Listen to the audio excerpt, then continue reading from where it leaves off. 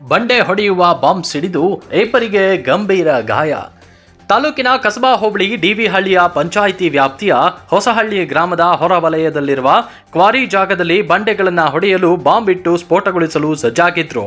ಕೆಲವು ಸಮಯದವರೆಗೂ ಬಾಂಬ್ ಸ್ಫೋಟಿಸದೇ ಇದ್ದ ಕಾರಣ ಪರಿಶೀಲನೆಗೆ ಜಾಗರೂಕತೆಯಿಂದ ಮಂಜುನಾಥ್ ಹಾಗೂ ಕೋಟಪ್ಪ ಬಾಂಬ್ ಅನ್ನು ನಿಷ್ಕ್ರಿಯಗೊಳಿಸಲು ಮುಂದಾದಾಗ ಏಕಾಏಕಿ ಬಾಂಬ್ ಸ್ಫೋಟಗೊಂಡ ಪರಿಣಾಮ ಇಬ್ಬರಿಗೆ ಗಂಭೀರವಾಗಿ ಗಾಯಗಳಾಗಿವೆ.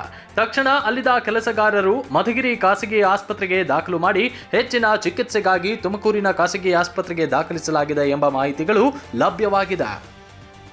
ಸದ್ಯ ಮಧುಗಿರಿಯ ಪೊಲೀಸ್ ಠಾಣೆಯವರು ಪರಿಶೀಲನೆಗೆ ಮುಂದಾಗಿದ್ದಾರೆ.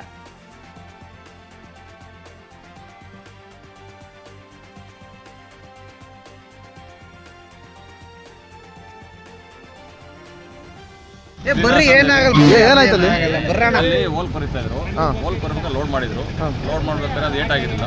ಈಗ ಇನ್ನೊಂದ್ಸರಿ ಹೋಲ್ ಹಾಕಿ ಇದು ಮಾಡಕ್ ಹೋಗಿ ಆ ಥರ ಒಂಥರ ಮದ್ದು ಸಿಡಿದಿದೆ.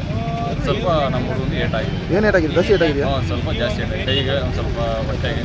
ಯಾರೆಲ್ಲ ಕೋರೆ ಎಲ್ಲ ಕೊರಿಸ್ತಿದ್ರು? ಕೋರೆ ಎಲ್ಲ ಕೊರಿಸ್ತಿದ್ದಾರೆ? ಕೊರೇನಿಲ್ಲ ಸರ್, ಸಾಧಾರಣವಾಗಿ ಮಾಡ್ಕೊಂತ ಇದ್ವಿ. ಸಣ್ಣದಾಗಿ ನೀವೆಲ್ಲ ಸಾಧಾರಣಗೆ ಸಿಂಪಲ್ ಆಗಿ ಮಾಡ್ಕೊಂತ ಇದ್ವಿ.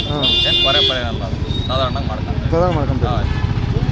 ಮತ್ತೆ ಎಲ್ಲವ್ರೀಗ ತುಮಕೂರು ಕರ್ಕೊಂಡು ಹೋದ್ರ? ತುಮಕೂರು ಹೋಗಿದ್ದಾರೆ. ಇಲ್ಲಿ ಟ್ರೀಟ್ಮೆಂಟ್ ತೋರಿಸಿದ್ದಾರೆ ಅವರು. ಇಲ್ಲಾಗಲ್ಲ ಅಂತೇಳಿ ತುಮಕೂರು ಹೋಗಿದ್ದಾರೆ. ಹೆಸರೇನವ್ರದ್ದು? ಅವ್ರು ಮಂಜುನಾಥ್ ಅಂತ. ಈಗ ಏನು ಮಧುಗಿರಿ ತಾಲೂಕು ಡಿವಿಹಳ್ಳಿ ಗ್ರಾಮ ಪಂಚಾಯತಿ ಹೊಸಳ್ಳಿ ಹತ್ರ ಏನು ಬಂಡೆ ಗಣಿಗಾರಿಕೆ, ಕಲ್ಲು ಗಣಿಗಾರಿಕೆ ಮಾಡ್ತಾಯಿದ್ರು. ಇಲ್ಲಿ ಮಂಜುನಾಥ್ ಅನ್ನೋರ್ಗೂ ಮತ್ತು ಕೋಟಪ್ಪನವ್ರಿಗೂ ಮಾಲೀಕರು ಮತ್ತು ಕೆಲಸಗಾರರು ಇಬ್ಬರಿಗೂ ತೊಂದರೆ ಆಗಿದೆ.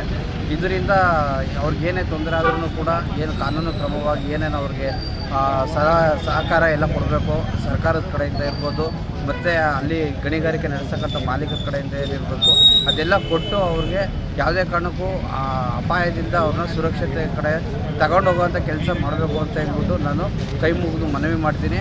ಅದ್ರ ಜೊತೆಗೆ ಈ ಗಣಿಗಾರಿಕೆ ಮಾಡೋದ್ರಿಂದ ಆಗ್ತಕ್ಕಂಥ ಅನಾಹುತಗಳ ಬಗ್ಗೆ ಕೆಲವರು ಏನು ತೀರಾ ಅದ್ರ ಜ್ಞಾನನೇ ಇಲ್ಲದೇ ಇರೋವಂಥವ್ರಿಗೆ ಸ್ವಲ್ಪ ಸುರಕ್ಷತೆ ಬಗ್ಗೆ ಹೇಳ್ಕೊಡ್ಬೇಕು ಅನ್ನೋದು ಕೂಡ ನಾನು ಈ ಸಂದರ್ಭದಲ್ಲಿ ಮಾನ್ಯ ಕಲ್ಲು ಗಣಿಗಾರಿಕೆ ಇಲಾಖೆಯವ್ರಿಗೂ ಕೂಡ ನಾನು ಮನವಿ ಮಾಡ್ತೀನಿ. ದಯವಿಟ್ಟು ಇದ್ರ ತೀವ್ರವಾಗಿ ಕ್ರಮ ತಗೊಂಡು ಇದನ್ನು ಜರುಗಿಸಬೇಕು ಅಂತ ಹೇಳ್ಬಿಟ್ಟು ನಾನು ಈ ಸಮಯದಲ್ಲಿ ಕೇಳ್ಕೊಡ್ತಾ ಇದ್ದೀನಿ.